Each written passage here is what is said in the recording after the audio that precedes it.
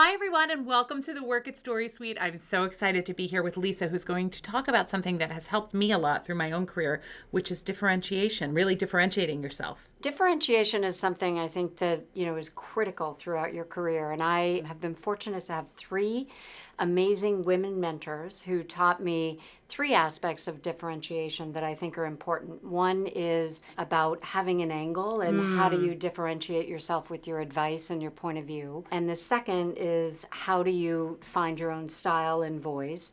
And the third aspect is really finding sponsors who will advocate for you and help you create, differentiation within your workplace or within your network of friends and colleagues and everything else. So first one I would say is when I started out my career 25 years ago, sadly, I had a terrific boss who was a female, and she used to always push us. I'm in investment banking. She always used to push us to find an angle. So if we were developing what we call a pitch, which is effectively pitching for an IPO or pitching for, an M&A transaction, that it's important to have some differentiated reason for winning. What are we going to do differently or say differently or think about differently than the other 8 banks that they're seeing at that particular meeting? And really trying to force us to think about that right up front and try to identify it and come up with our angle. And angle can be different things. I mean, in the context of banking, it could be that,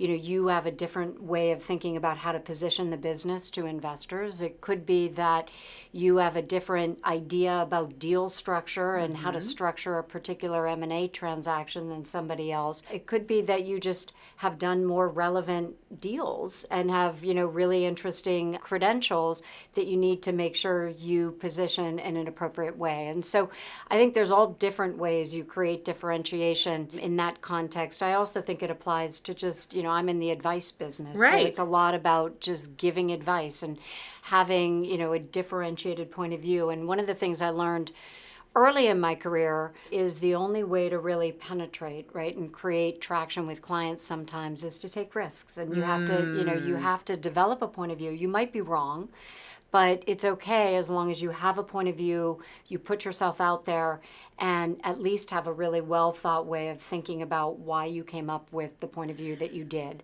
So it's a why you, right? It's think about why you. Why should you be the person that offers this up? Brilliant. Love it. That's the first, piece in my mind of differentiation. I think it can apply well beyond banking. I think it's, as you say, it's why you, why should they hire you, why should they work with you. Second lesson was really around style and voice. I'm a woman in a male-dominated environment. When I started on Wall Street, we were allowed to wear pants only, no dress suits or dresses. It's funny when I think back how that has evolved over time. But again, early in my career, I had a very senior woman who gave a talk to all of the female analysts and associates at Salomon Brothers in those days. And I remember her talking about using femininity to your advantage and the fact that you're a woman to your advantage. And that's partly about using it in the context of the way you dress and carry yourself and not feeling like you have to look like the guys and wear, clunky suits that are kind of takedowns of what the guys wear. But it's also,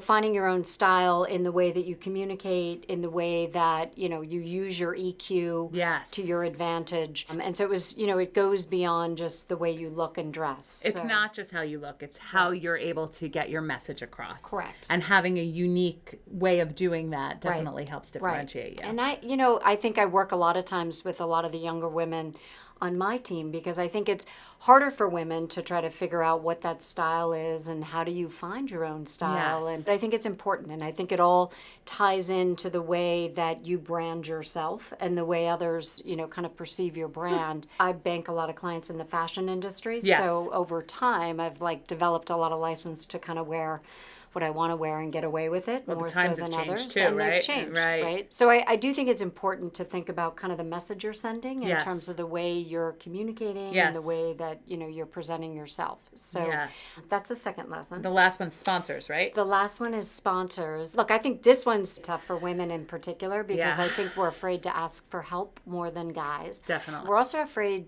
oftentimes more afraid to stand up and advocate for ourselves. I can, as now a manager, I can tell you I have 10 times as many guys come in to tell me how great they are and not as Wow. many women, and just making sure they make sure I know what's going on. And so one of the things I think that's also important, that I had another female boss who was also my mentor, and she taught me the importance of you've got to have sponsors within an organization at critical points in your career. And this was in the context of being promoted to managing director. I was at Morgan Stanley, and she sat me down and said, we need to identify the people that matter, that you need to get to know, and they become your sponsors through this, kind of MD process. And, then you have to think about, well, how do I go about doing that, right? How do I get them to know me a little bit better? And so, in certain cases, it was bringing them to meetings. In others, I realized it was sitting down with them in their office, because it wasn't appropriate for them to come to the meetings, but coming up with some business issue that I wanted them to help me solve,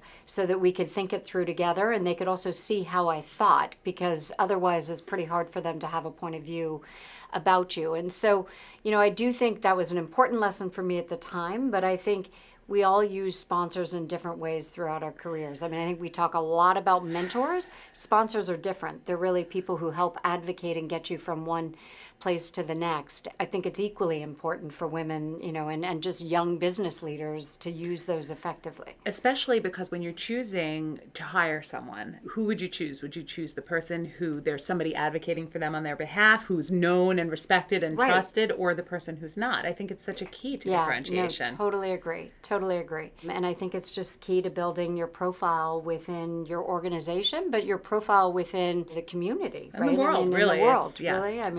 It's very important. So, Absolutely. yeah.